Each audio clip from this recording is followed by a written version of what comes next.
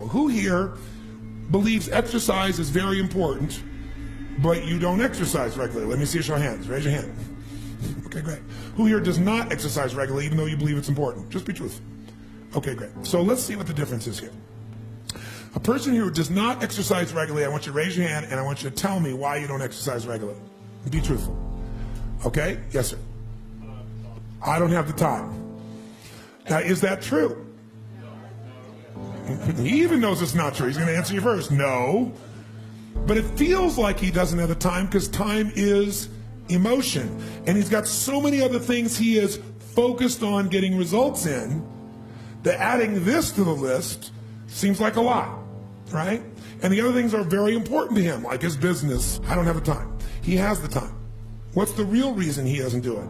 Because of the way he thinks about exercise. When he focuses on what it would take to exercise, he does it very differently than someone who follows through. So he is what I call over-chunked. He's not thinking about what he wants. He's thinking about what's painful. You just saw a perfect example. He's not even thinking about victory or succeeding. So the chance of him following through on something that he associates major pain to, when he can do something else right now he can feel competent or successful at, his chances of following through are very limited. How many will follow that? Say I. His focus is on failure. His focus is on pain. That's why he isn't following through. Okay? He's also focused on the 14th mile of a marathon rather than today's workout. Which one seems more daunting to you? And here's also what he's thinking about. He's thinking about the process, not the outcome or result he wants. And when you think about what it's going to take to do something, usually it takes a lot and you're not going to want to do it. So he's over-chunked himself. He's trying to eat the whale whole without taking any smaller bites. And it seems too big for him, so he says, well, I'll do it when? Later. As my Australian friends would say, later. Right? And of course, the problem with doing it tomorrow is when you get to tomorrow, tomorrow is today, and tomorrow never comes.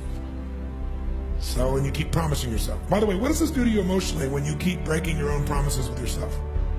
Or you keep failing to do things that you know are important? Does it increase your level of certainty and confidence? No. What it does is it erodes it. And when you erode confidence in one area, believe it or not, it affects the other areas too. Do you believe me on that? Don't believe me. What about your own life experience? Maybe not one area, but it starts to be multiple areas. It sure does. Another reason why somebody doesn't exercise or do anything is because they don't just chunk it too big, they chunk it in too many details. I'll give you a perfect example. So I asked somebody one time, I said, okay, how important is exercise? Oh, exercise is extremely important. Really? Okay, good. And tell me, why don't you exercise regularly? Well, I just don't have time.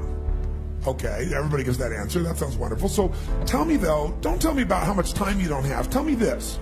When you think about exercising, what do you think about? Which is a way of saying, what do you focus on?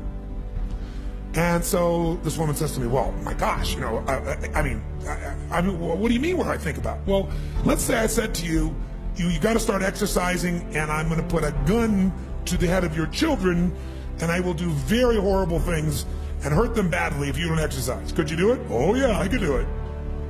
You know, if some mafia person came here and said, I'm going to kill your children if you don't exercise every day, how many think you could find a way to exercise every day, no matter what your time constraints may be? So remember this. Remember this. Change is never a matter of ability. It's always a matter of motivation.